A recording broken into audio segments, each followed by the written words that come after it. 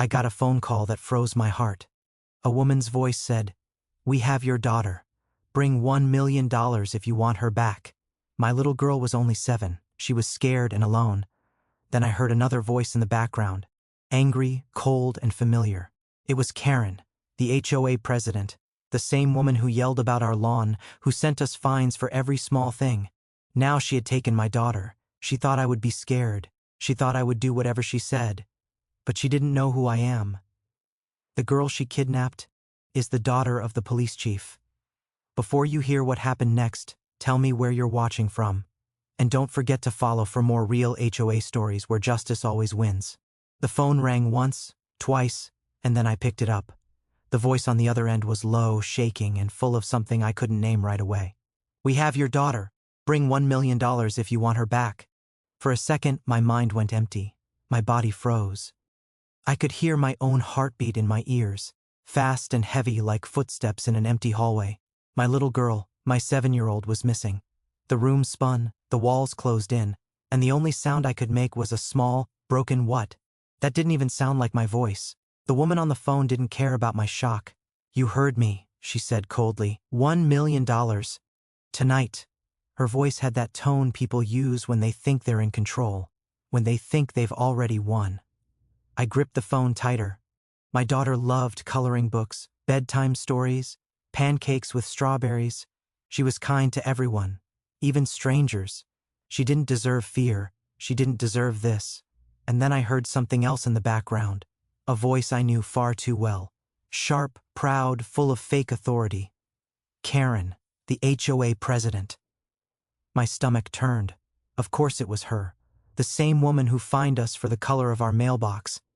The same woman who yelled at my wife for leaving a stroller on the porch for too long. The same woman who acted like she owned the neighborhood because she had a title and a clipboard. Now she was demanding a ransom. She had my daughter. My jaw clenched so tight it hurt. I didn't shout, didn't panic, didn't even answer her right away. I just listened. People like her always give away more than they mean to. Behind her words, I could hear something faint. Waves, the sound of water hitting wood. The lake. She was near the lake. Karen spoke again. "You're going to bring the money to me, Chief. No cops, no backup, no tricks. Just you, the bag, and your love for your little girl." She said Chief like it was an insult, like she was proud to throw it in my face. She thought saying it would make me weak. She thought being the police chief made this harder for me, that I'd have to choose between following the law and saving my child. She didn't understand. I don't choose between those things. The law exists to protect my family. She hung up without waiting for my answer. The silence after the call was heavy, like the air itself was watching me. My wife stood in the doorway, pale, trembling, her hands covering her mouth. She didn't have to ask what was wrong. She saw it in my eyes. "It's her, isn't it?" she whispered. I nodded once. Her knees almost gave out, and I caught her before she fell. "She took our daughter," I said quietly. The words tasted bitter. My wife started to cry, soft at first, then harder, tears falling fast. I held her close, whispering, "I'll get her back. I promise. No matter what." But inside, I felt something colder than fear. A slow, controlled fire. This wasn't just about money. Karen wanted revenge. 2 months ago, she tried to make me pay her under the table to ignore a zoning violation at the community center. I refused. She tried again. I filed a report. That report cost her the HOA presidency temporarily, and she never forgave me. Now she thought she could make me pay another way.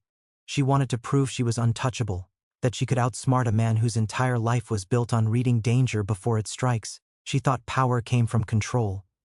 She didn't realize true power comes from calm, from patience, from knowing justice is already on your side. I sat at my desk, replaying the call in my head. Every word, every sound. The way her voice echoed meant she wasn't in a small space. The background noise wasn't traffic, it was open air. The lake made sense. The old boat shed near the south side of town had been abandoned for years, surrounded by trees. Perfect for someone who didn't want to be seen. I looked up at the photo on my wall. Me, my wife, and our daughter, smiling at the beach. My little girl's hands full of seashells, her smile bright enough to light up the sky. That photo became my reason, my focus, my map. I stood up, pulled open my drawer, and took out my badge. The metal felt cold, heavy, real. I looked at it and whispered, "You picked the wrong family, Karen." I called one person, my most trusted officer, Daniels. I didn't explain everything, only what mattered. "She's taken my daughter," I said quietly. No sirens, no paperwork, just eyes and silence. "We move smart." He didn't ask for details. He just said, "Yes, Chief." That's why I trusted him. He knew when to act and when to listen. My wife stood behind me, watching, trying to be strong but breaking inside. "Promise me you'll bring her home," she said softly. I turned to her, cupped her face in my hands, and said, "I don't make promises I can't keep." She nodded, tears still falling but her eyes believing. The sky outside turned darker, clouds rolling in slow and heavy. It felt like even the weather was holding its breath. I slipped my badge under my jacket and whispered, "You want $1 million, Karen? You're about to earn something else. Justice." When I stepped outside, the air was cold, sharp. The streetlights flickered on one by one, lighting the empty road ahead. Somewhere beyond those lights, Karen thought she was winning. Somewhere out there, my daughter waited for her father to find her. And I would. Because no matter what rules Karen thought she made, no one breaks the one rule that matters most.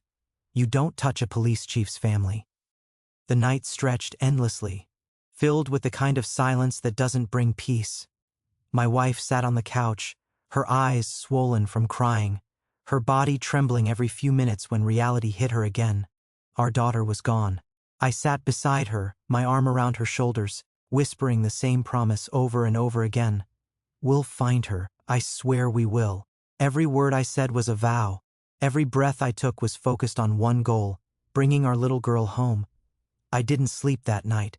My mind kept replaying the phone call, each word echoing like thunder inside my head. $1 million. Come alone. I closed my eyes, and again I heard that faint sound in the background. It wasn't traffic, wasn't the sound of television, and it definitely wasn't city noise. It was softer, slower, natural. It was water, maybe small waves hitting something wooden. I could almost feel it, the rhythm, the distance. It had to be near the lake, the same lake that sat behind the old boat sheds, a place where Karen always complained about people fishing without HOA approval. That was my first clue. Then I remembered something else. Her words. The same place you refused to build your fence. She thought she was clever, but arrogance always makes people careless. She was talking about the empty land behind the HOA meeting hall, the one she had begged me to approve 2 months ago. I refused because the land was unsafe. She hated that. She brought it up in every meeting, acting like I ruined her plans. Now she had chosen that same spot for her game. I walked to my office quietly so I wouldn't wake my wife. The photo of my daughter on the desk stared back at me, her little face smiling, missing one front tooth, eyes full of light. I ran my finger over her picture and whispered, "Hold on, sweetheart. Daddy's coming." I opened my laptop and pulled up the neighborhood map, zooming in on the area around the lake. Karen's house wasn't far from there. She could easily move between the water and the old meeting hall without being seen. I traced the road with my finger, memorizing every curve and every possible route she could take. I wasn't guessing. I was hunting. My phone buzzed. It was Daniels, my most trusted officer. "Chief, you awake?" he asked quietly. "I've got something." "What is it?" I asked. We ran a trace on the call. It was from a prepaid phone, but the signal bounced from the old tower near the lake road. "You were right. She's there." My jaw tightened. "Don't tell anyone else yet. No teams, no sirens. I'll handle this." Daniels hesitated. "Chief, with all due respect." I said no backup, I repeated, my tone calm but final. "This isn't an operation. This is personal." He paused, then said softly, "Understood."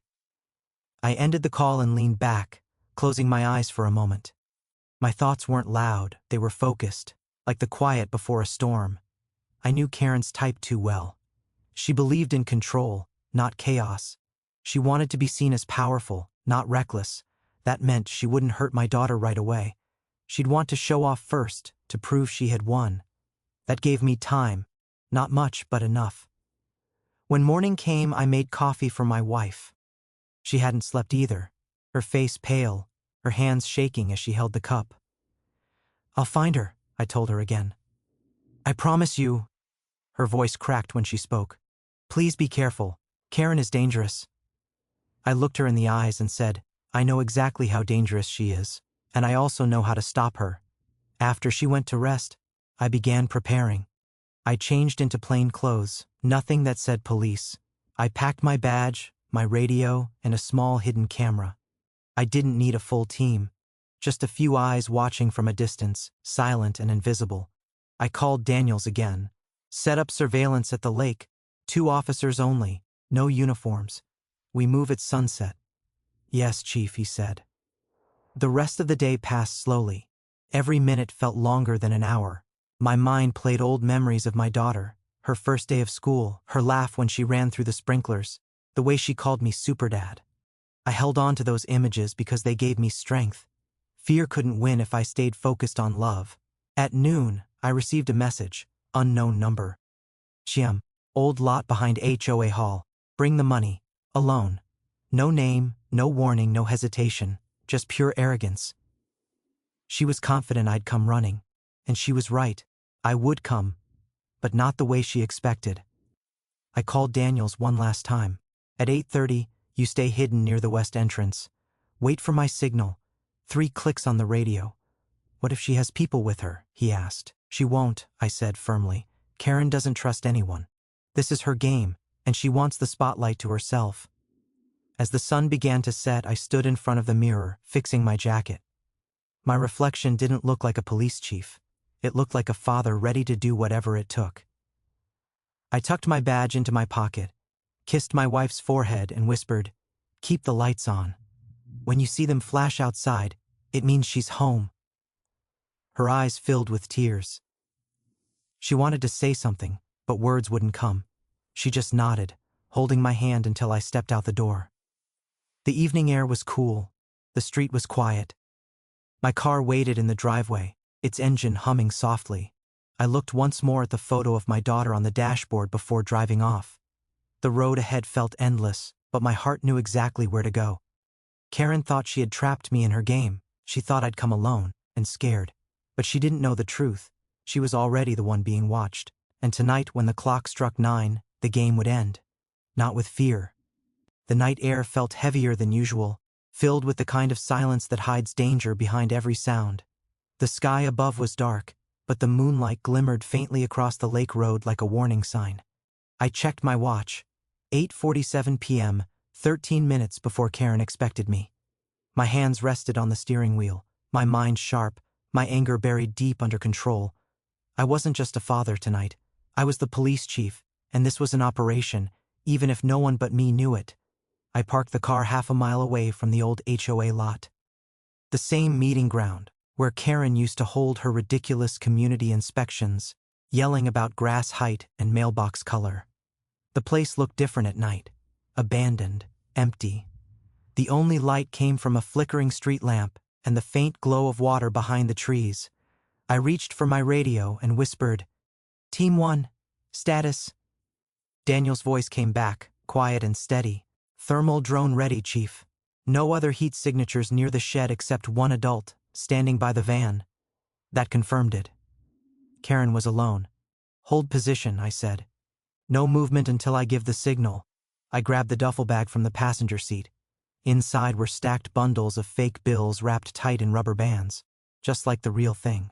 On top of the stack, I placed a small tracker, disguised inside the bag's zipper. I shut the bag and took a long breath. This was it. The line between father and officer disappeared the moment she took my daughter. I started walking. Every crunch of gravel under my boots echoed too loud. My heart was calm, my focus razor sharp. I could see her silhouette now, Karen, standing by the van, one hand on her hip, the other holding her phone. Her blonde hair gleamed under the streetlight, her face set with fake confidence. She looked like someone who believed she had won. She noticed me and raised her voice. "You came alone. Good. Let's not make this messy." I stopped a few feet away. "Where's my daughter?" I said. My tone was even, controlled, but every muscle in my body was ready to move. Karen smirked. Safe, for now. You'll see her once I get what I want. She pointed toward the duffel bag. The money, put it down. I didn't move right away. I studied her carefully, the twitch in her fingers, the quick dart of her eyes toward the van. She was nervous. Her confidence was cracking. That was good. Fear makes people sloppy. Finally, I knelt down and placed the bag on the ground. There it is, I said. Now show me my daughter. Karen tilted her head, pretending to think. Not yet. First I count. You stay right there. She bent to unzip the bag. The second the zipper moved, my earpiece buzzed softly. Daniels whispered, Chief, thermal shows a smaller figure in the van. Looks like your daughter, still sitting. She's moving her head, seems alert. I exhaled quietly. She was alive. That was all I needed to hear. Karen stood up again, looking frustrated. You think you're clever? This doesn't look like a full million. I smiled faintly. You'll get what you deserve, Karen. Every last bit. Something in my voice must have made her pause. Her eyes narrowed, her hand twitching near her jacket pocket. I caught a glint of metal. She had a gun. Typical. She always needed something to feel powerful. I said, stay where you are, she shouted, pulling the gun out now, aiming it straight at me. Her voice cracked slightly, and her hands shook, but her arrogance kept her finger on the trigger. I raised my hand slowly. You really want to do this? I said. You're going to add murder to your list now? I'll do whatever I have to, she hissed. You think your badge makes you untouchable? You think you can embarrass me and get away with it? I took one small step forward. You've already done that to yourself, Karen. You took a child. You crossed a line you can't come back from. Stop talking, she screamed. Behind her, the van door shifted slightly. My daughter's hand pressed weakly against the window. My heart clenched, but I couldn't react. Not yet. One wrong move and Karen might panic. I tilted my head, keeping my voice calm. You know what's funny, Karen? You spent all this time trying to control everyone. Our lawns, our fences, our lives. But right now, you're the one surrounded. Her face froze. What are you talking about? I raised my right hand slowly, clicking the small device hidden under my sleeve. 3 times. The signal. In an instant, floodlights blazed on from the trees around the lot. Karen gasped, spinning around, blinded by the sudden light. What? What is this? She shouted, raising her gun wildly. Drop it! Daniel's voice boomed from behind her. Police! Hands where we can see them! Karen panicked. Her finger twitched. The gun fired into the ground, the sound exploding through the air. Birds scattered from the trees. My officers moved in from both sides, swift and precise. Within seconds, Karen was disarmed and pinned, her shouts turning into cries. I ran straight to the van, yanked the door open, and there she was, my daughter, small and scared, her cheeks streaked with tears but her eyes still bright. I knelt down, my hands trembling as I untied the rope around her wrists. It's okay, baby, I whispered. Daddy's here, you're safe now. She threw her arms around my neck, crying into my shoulder. I held her tight, feeling her heartbeat against mine, the sound of life stronger than any noise in the world. Behind us, Karen shouted, You tricked me! You can't do this! I'm the HOA president! I turned my head slightly, my voice cold. You're a criminal, Karen, and tonight, you just lost everything. She glared up at me, her face twisted with rage and fear. You think you've won? She spat. I looked at my daughter, then back at her. No, Karen. I didn't win. I protected my family. That's what real power looks like. Daniels cuffed her and read her rights as she kept shouting nonsense about rules and fines. The same woman who once obsessed over lawns, now sat in the dirt, defeated, humiliated, powerless. I lifted my daughter into my arms and walked past her without another glance. The lights from the police cars reflected on the lake, shimmering across the water like the world itself was finally breathing again. The game was over, and this time, justice wasn't served in court. It was served by a father who never stopped fighting. The moment Karen was taken away, the chaos faded into a heavy silence that filled every inch of the night. My daughter clung to me as I walked toward my car, her small hands shaking, her face pressed into my shoulder. The sound of her soft sobs broke what little control I had left, but I kept my voice calm, whispering to her over and over that she was safe. that no one could hurt her anymore. My officers moved quietly, their boots crunching on the gravel, securing the area, taking photos, collecting Karen's phone, her gun, and the fake ransom bag. Every part of me wanted to walk away from all of it, drive home, and never look back. But I knew what came next. Karen wasn't just going to disappear into the night. She was going to face every single consequence for what she'd done. I put my daughter gently in the back seat, wrapping her in the blanket my wife had packed for emergencies. She was still too scared to speak, her eyes darting toward the flashing lights that painted the trees red and blue. I leaned closer and said, "No more loud noises, sweetheart. No more bad people. We're going home." Her eyes met mine, and for the first time since the nightmare began, she nodded slowly. Daniels approached the car, his voice low. "Chief, ambulance is on the way to check your kid, standard protocol. Karen's been read her rights. She's screaming about lawyers and HOA rules." He shook his head. "Can you believe that?" I sighed. "Yeah, that's exactly who she is. Even now, she thinks this is about her." He nodded toward the van. "We found her phone. There are text messages. Looks like she planned this for weeks. She even had a list of places to hide her car and fake numbers to throw us off." I wasn't surprised. Karen had always been calculating, always needing control. The difference this time was that she had targeted the wrong family. I turned to Daniels. "Make sure everything's documented. I don't want a single detail missing. She's going to pay for every second my daughter was missing." He nodded again and walked off, and I stood there for a moment, staring at the still water of the lake. The reflection of the red and blue lights shimmered across it, moving like restless ghosts. My jaw tightened. I could feel the weight of the night pressing down on me, the fear, the anger, the relief all crashing together. The ambulance arrived quickly. The paramedics checked my daughter carefully, speaking softly so they wouldn't scare her. They said she was unharmed, just frightened, and needed rest. My wife arrived soon after, running toward us as fast as she could. The second she saw our daughter, she fell to her knees, pulling her into her arms. The three of us stayed like that for a long time, holding on to each other, our tears mixing with the cool night air. By morning, the story was already spreading through the neighborhood. People gathered in small groups on their lawns, whispering in disbelief. The HOA president had kidnapped a child. The same woman who fined people for trash cans being visible had been arrested by the very man she thought she could intimidate. I drove home with my family, the roads empty and the world strangely quiet. My daughter fell asleep in the back seat, her hand still gripping her stuffed bear. When we got home, my wife carried her upstairs and tucked her into bed. I stood at the window, watching the sunrise, the light creeping across the street, turning the shadows gold. The neighborhood looked peaceful, too normal for everything that had happened. At 9 a.m., I got a call from the department. "Chief, the media's already outside the station," the officer said. "They're asking for a statement." I didn't want the attention, but I knew I had to face it. I kissed my wife's forehead, told her to lock the doors, and headed out again. When I arrived at the station, cameras flashed like a storm. Reporters shouted questions. "Is it true the HOA president kidnapped your daughter? Was it personal? How does it feel bringing in your own neighbor?" I walked up to the podium, the crowd falling silent as I spoke. "Last night, my daughter was taken from her home. The person responsible is in custody.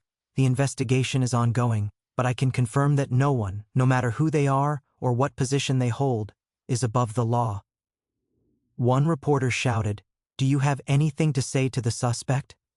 I looked directly at the camera and said, "Yes. When you hurt a child, when you try to destroy a family, you don't win. You lose everything that ever made you human." That quote ended up in every headline the next morning. Karen's mugshot was everywhere, her perfect hair messy, her eyes wild, her face stripped of all that fake power. She was no longer the woman who controlled a neighborhood with fear. She was just another criminal waiting for judgment. Later that day, Daniels came to my office with updates. "Her lawyer's already called. She's denying everything, saying she was framed, that you set her up." I almost laughed. "Let her talk.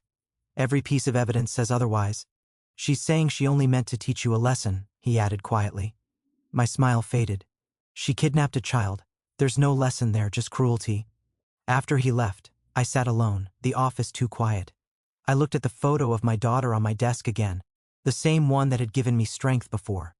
She was smiling in the picture, her missing tooth showing, sunlight in her hair. That image reminded me why I did this job, why I wore the badge, why I never let fear win. That evening, my wife came to pick me up. She stood in the doorway, her eyes tired but calm. She asked for you, she said softly. Our daughter. She wants you to read her a story. I nodded, grabbed my jacket and walked out with her. When we got home, I went straight to my daughter's room. She was sitting up in bed, her stuffed bear in her lap. When she saw me, she smiled faintly. You found me, she whispered. I sat beside her, kissed her forehead and said, always. Outside, the night was peaceful again. No flashing lights, no shouting, no chaos. Just the quiet hum of life returning to normal. I closed my eyes for a moment, breathing it in. Karen had tried to break us apart, to make us fear her. But fear doesn't last forever. Justice does. And justice had found her.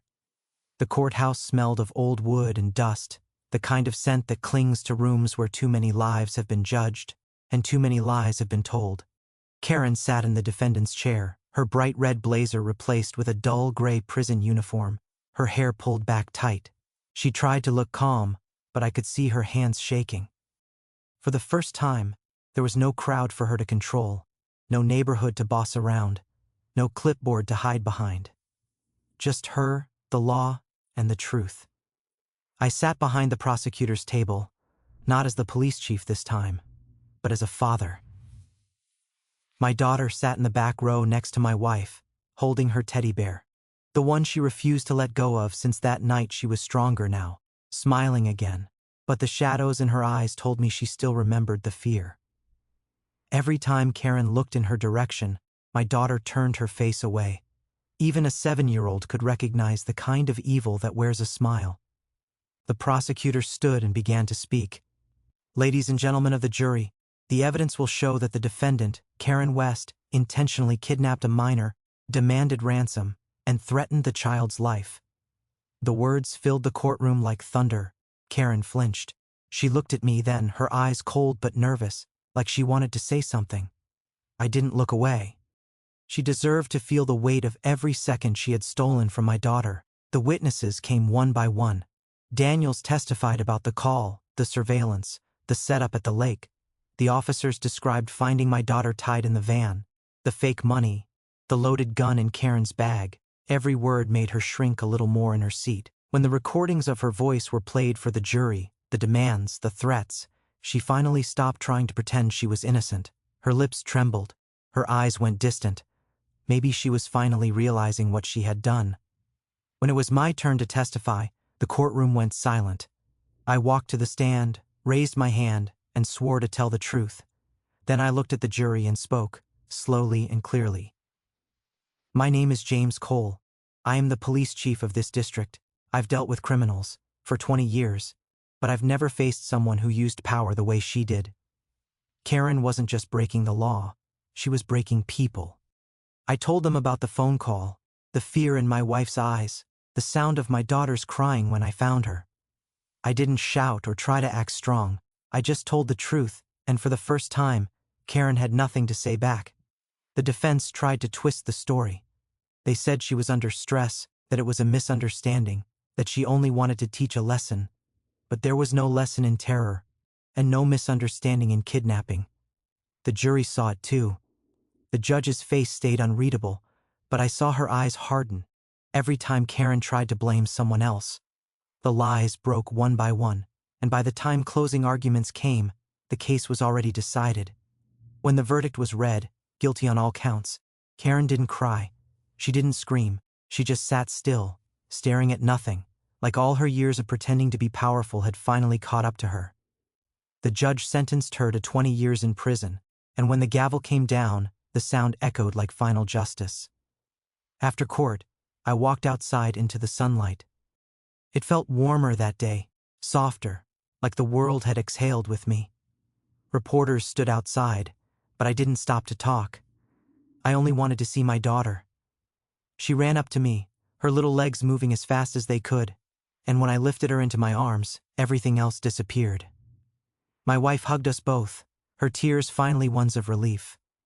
That night, the three of us sat in the living room, with the windows open and the cool evening breeze drifting through. My daughter was coloring, humming softly to herself. My wife leaned against me, resting her head on my shoulder. For the first time in weeks, our house felt like home again. I thought about Karen then, not as the monster who kidnapped my child, but as a broken person who let hate and control consume her life. She had believed that power came from fear, that people respected her because they were too afraid to fight back. But power built on fear always collapses, and hers finally did. The next morning, I got a letter from one of my officers. Inside was a small note that simply said, "Justice delivered." I smiled at that, not because it meant victory, but because it meant peace. I pinned the note inside my office wall, right next to the photo of my family. Every time I looked at it, I remembered what mattered most. Karen's story spread across the town. The HOA was dissolved within a month. The neighbors, once silent and scared, started talking again, helping each other instead of fighting. The playground where my daughter used to swing was repainted and renamed Hope Park. The sign was small, but the meaning was big. Every child who played there would know that no one could take away their right to be safe. At night, I'd still check on my daughter before bed. I'd see her sleeping peacefully, her little chest rising and falling, her stuffed bear still tucked under her arm. Sometimes she'd stir and mumble, "Daddy, you found me." And I'd whisper back, always. The world had moved on, but I hadn't forgotten. I didn't want to forget. The fear, the rage, the relief, all of it reminded me that even the strongest people can break, but they can also rebuild. I learned that justice isn't always loud. It doesn't always come with sirens or handcuffs. Sometimes, it's just the quiet moment when your child laughs again, when your wife smiles without worry, when the house feels safe after a long storm. Karen lost everything that night, her power, her freedom, her pride. But I didn't need revenge. I had what she could never take away, my family. And that was all the justice I needed. Morning light spilled through the blinds, soft and golden, touching the walls like it was washing away everything dark that had happened before. For the first time in what felt like forever, the house was quiet. No police radios, no ringing phones, no reporters outside, just the sound of birds outside the window and the steady breathing of my wife and daughter. My wife sat on the couch, her hand resting on our daughter's hair as she slept, her small fingers still curled around her teddy bear, the same bear she held the night she was taken. It was worn now, one ear half torn, but to her, it was still the safest thing in the world. I stood by the window, looking out at the neighborhood. The same houses that once felt like walls closing in now looked calm again. The grass was green, the trees swayed gently, and somewhere in the distance, a dog barked like nothing had ever happened. The world had moved on, but for me, everything felt new again. The fear that once lived in my chest had turned into something quieter. Peace. Justice had been served. Karen was gone, her reign of control finally broken. The same people who used to fear her now crossed the street to talk to each other. They no longer whispered about HOA rules or parking fines. They talked about safety, kindness, and family. It was strange how one person's fall could remind everyone else what truly mattered. I turned from the window and looked at my wife. Her face was tired, her eyes still holding the shadows of too many sleepless nights, but she smiled when she saw me. That small smile carried more strength than any uniform or badge I ever wore. I walked over and kissed her forehead, whispering, "It's over." She nodded, tears forming in her eyes. "I knew you'd find her," she said softly. "You always do." I knelt beside the couch, brushing a lock of hair from my daughter's forehead. She stirred a little, murmured something in her sleep, and smiled faintly. I whispered, "No one will ever hurt you again." Saying it out loud made it feel real, like the words themselves were a promise stronger than steel. Later that morning, the neighbors began to knock. One by one, they came with small gifts, flowers, meals, cards. Some cried as they apologized for never speaking up before, for being too afraid to stand against Karen when she was in power. I told them it wasn't their fault. Fear is quiet and heavy. It keeps good people silent. But not anymore. That evening, as the sun set behind the trees, the entire neighborhood gathered at the playground, the same one where my daughter used to play before the nightmare began. The mayor was there too, quiet and respectful, holding a new sign covered with a white cloth. He looked at me and said, "Would you do the honor?"